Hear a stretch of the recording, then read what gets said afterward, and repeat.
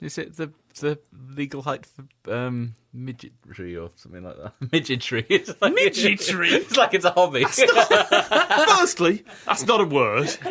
Secondly, I'm fairly sure there's a less offensive term for that. And thirdly, no. Kenny Baker, professional midgetrist. Midgetry? What goes on up there?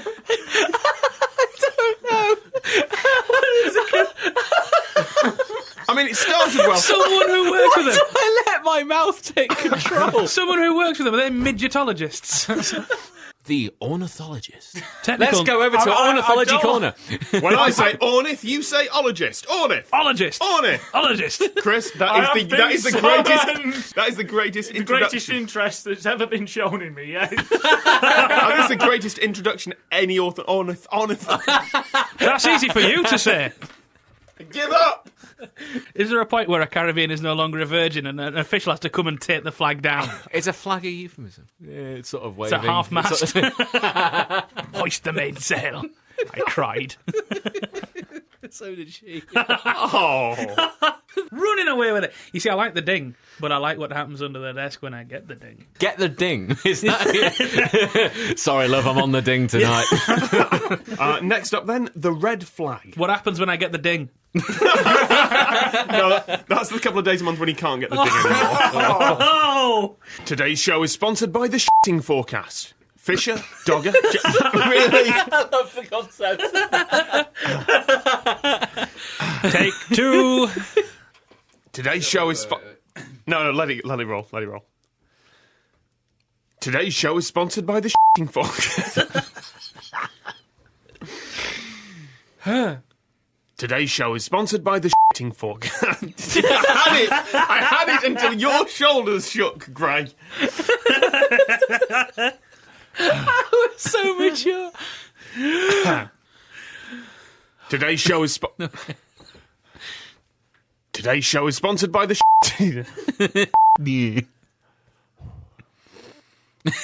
Sorry. I can see you shaking. Okay. Today's show is sponsored by the shitting forecast. It's not as funny as we're making it. Today's show is sponsored by the shitting forecast. Fisher, Dogger, German bite, or lead. Fisher, Dogger, German bite, or leading, westerly later, moderate or. Yes! Alrighty then. Oh, there we go. You got the skills on this recently now. The skills on this recently now. The grammar I'm using at you. What? I put it through a translator. We to you present the skills of doing this now. I don't suppose anyone knows the name of the Andrews sisters, do they? Fred, Wilma, and Berkshire. That's enough.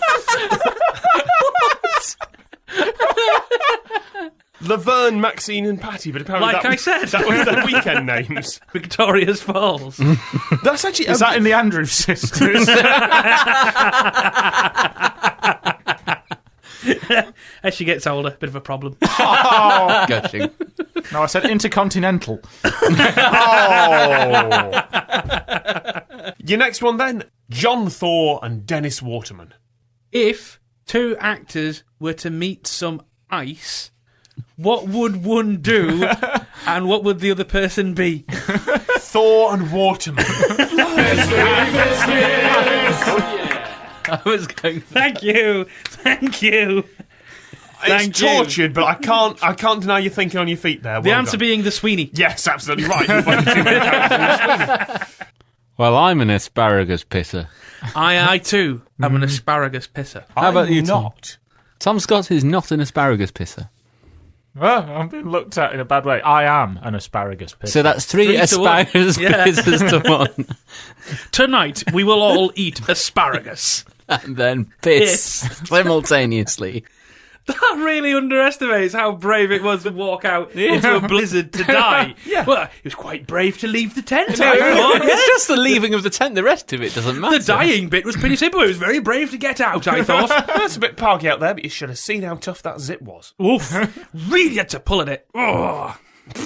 Sorry. And the zip. Does anyone know anyone we can pitch this to? Does anyone know a Chuckle Brothers? Well, they're from Rotherham. Oh, yeah, and, there's only 6 people in Rotherham, so naturally I know the Chuckle Brothers. There's me, the Chuckle Brothers, David Seaman, Jeremy Clarkson, and the man who runs the shop that we all get our Twixes from. Readers. I want to broaden this out. They may be blind and reading it in a book. I know what I meant! I'm sorry, they might be blind and reading it in a book. Notice that! No, I meant blind and reading it with their fingers. Why would Gary is doubling down here? Stop making this plausible. Why aren't we multi-million televisionaires? Can I have another go at that? I really that up. No, I want to be a televisionaire. Staying in. Multi-million televisionaire. That is staying in, Gary. This entire section is keeping in just for that line. You've won 32,000 televisions. Why would I want that? Then why, Gary? Why did you apply for the 64,000 television question? You knew what the prize was.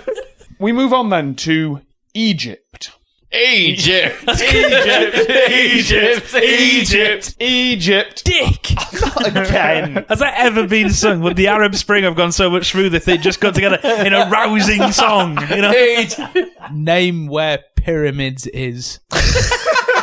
And Grandma aren't. Grandma are not. Today's show is sponsored by Chert. You're not sure what it is, and you're probably going to Google it now and miss the first minute of the show. Chert. It's distracting. No, you named several things from the Addams Family there, but none of them were the correct one. Lurch?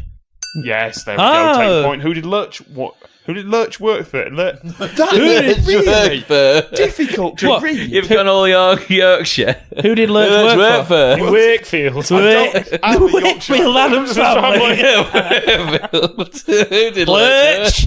Get Dar. Atomised Dumbongo. No. Oh, I'm all sticky. It attracts the bees and the wasps. Le bongo. Le bongo. For the men with bees and wasps. What do a kangaroo, an anteater, and a seahorse have in common? And Bruce Forsyth, but that's a trade secret. That's one for only those in the business. He only keeps him there. Werther's Originals. He shares them out. No one takes them. He can't understand why. Would you like a mucusy Werther's Original? No, thanks, Bruce. Coming soon on Len Goodman's Funhouse. Oh, Bruce Forsyth's mucusy patch. That's so unpleasant. The Great Fire of London. The Great Fire of London. It's the tops, says Fire of London magazine. The 3-disc box set, The Great Fire of London. Free charcoal with every issue. It's going to be something along the lines of either what started in Pudding Lane or what does the monument represent? No, it's actually, and someone clearly had fun writing this question, what was the hottest event of 1666? I'm rolling around the house of the Trivial Pursuit officers. He went round one by one. You'd imagine with his pipe, can't you, on a Friday afternoon? I say, what was the hottest event of 1666, I wonder? The Great Fire of London. Put it on a card and slip it in, they'll never notice. Richard Burton. Yeah, that's it.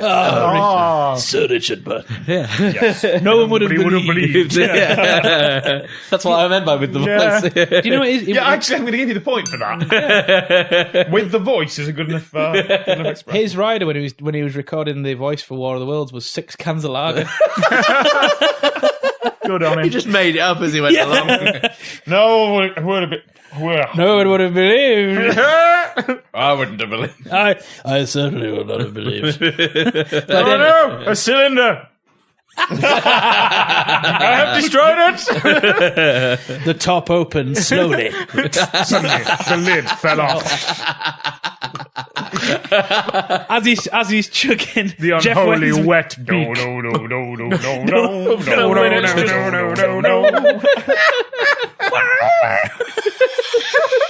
And another cylinder. And another. And so on for every night. And Phil, could you bob down to the quick save? When he sees the empty cans around him, he just gets him to start singing, "When you're not here." My love will be forever. Oh, Phil's back. Martians. The morning after. That's what that noise is. It's just the modulated sound of Richard Burton's remorse. When they finally do send a man to Mars, they're going to hear that in the distance and just see a ghostly apparition of Richard Burton spewing all over hillsides. The soldier holding his hair back. The red weed. That was the after party. Yeah. It's just the story of a bad night out for Richard Burton is for all the world, isn't it? Everybody's favourite Gary Brannan. Because Thursday night is buggery night. And the bounciest man on the internet, Matt Gray.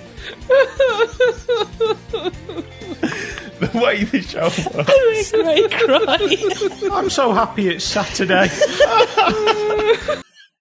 Well, maybe you just standardise it and just use donkeys. How is that a standard? Because you don't get massive the donkeys and Blackpool tiny standard. donkeys, do you? Yeah. Well, it's the Blackpool donkey. It is. It's an SI unit. One Oh, is it Blackpool in that donkey. museum in Paris with the meter and stuff? It's a stuffed donkey. He's still got Tape measure next to it just with a line drawn and going, donkey. still because it's got to be the standard Blackpool donkey. You've got the height advantage for a little kiss me quick hat. Speaking of which, can I put a formal complaint in early about the cocks that have been doodled all over my notes? Steward's inquiry upholds the cocks. I come back and all over my notes, there is just crudely drawn penises everywhere. Oh, I'm sorry, I didn't realise it was such an important document for national security. It wasn't stamped top secret, don't draw cocks on it. Oh, no, well, they've got a stamp for the cocks as well. You're just not allowed to draw them. Winston Churchill's cock stamp from the 1940s. Big well of ink on his desk. We need you to... Thwack, splosh, thwack. Next, people. I find it very difficult to think, yes, that David Cameron could put his own cock stamp on a digital document. He must have had it scanned and inserted, like with a signature. Also, you have to hope that the office boy tried to get in with the shredder. Yes, this is the reader. That's actually the replacement of the iris scans now at airports. I'm sorry, sir, this doesn't appear to be your penis. Look into there, please. Fingerprints here. And just insert. Can I just say that would be called third identity theft? Oh, we just start getting cruder earlier. Episode 50 is just me us going, cocks. And this will be different from the previous episode. Yeah, fair point. The Northwest Passage, gentlemen. Your next one is cartilage. Nom, nom, nom. No, no, not at all. Ears. If I had... And you know where already where this is going. Was transporting goods. Here we go. Get comfy. Settle in, chap. Settling for this one. In a wheeled truck.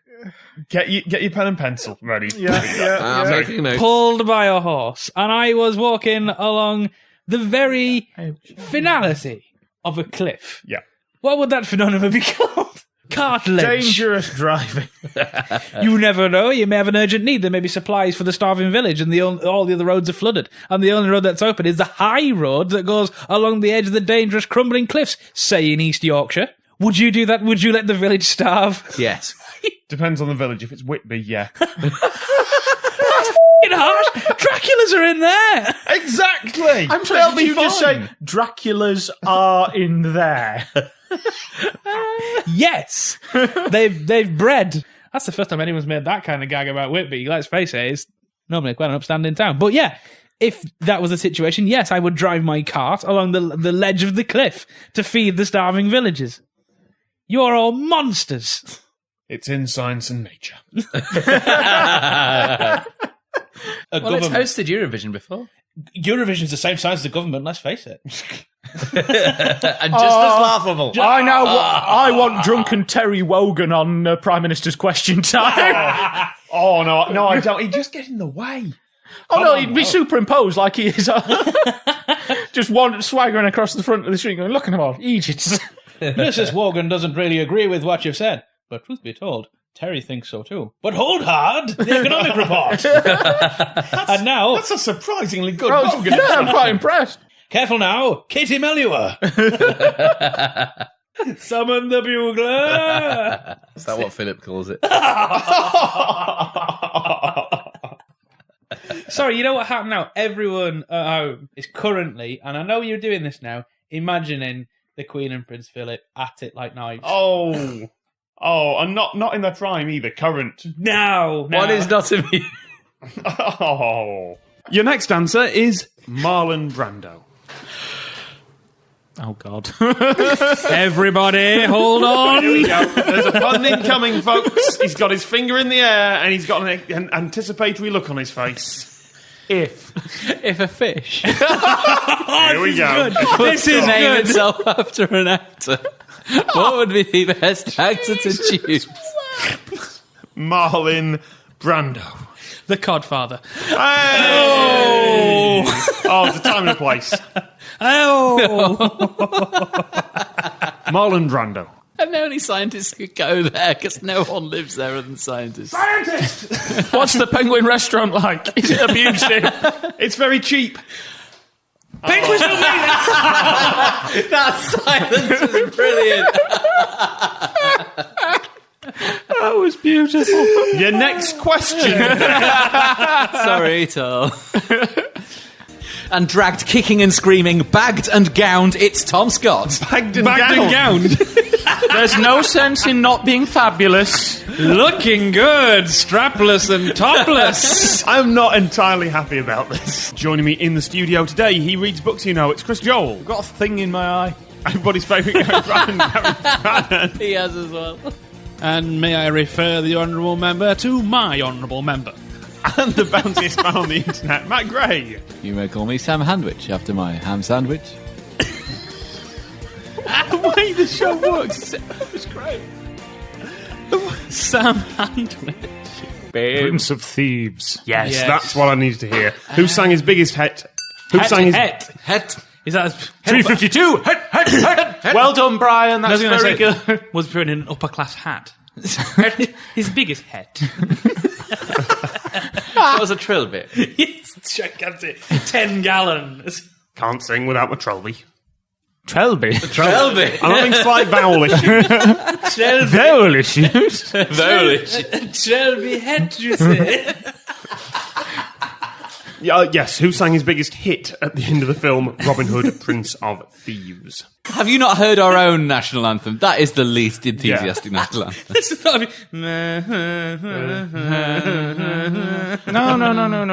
No. The English national anthem. And was Jerusalem builded here? That other toss. I was ready to keep going with that. I was like, Exactly. yeah. More people have had sex to Jerusalem than they have to the national anthem. Even the Queen does it to Jerusalem.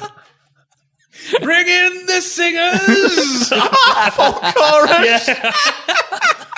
Well, they stood behind a modesty screen, obviously, Yeah. though, to not put His Majesty off. You know? So I'm trying to work out whether it'd be better if that was the London Gospel Choir or just a full male voice choir. Male voice choir, it's rousing, for God's sake. That's what you're looking for. A rousing choir. Rousing. I just got the thought of like a modesty screen, but with sort of pit lamps above the top of it from the male voice choir. So we say for like male voice choir, it's just the Welsh rugby side. Called upon in times of Her Majesty's greatest needs. Oh.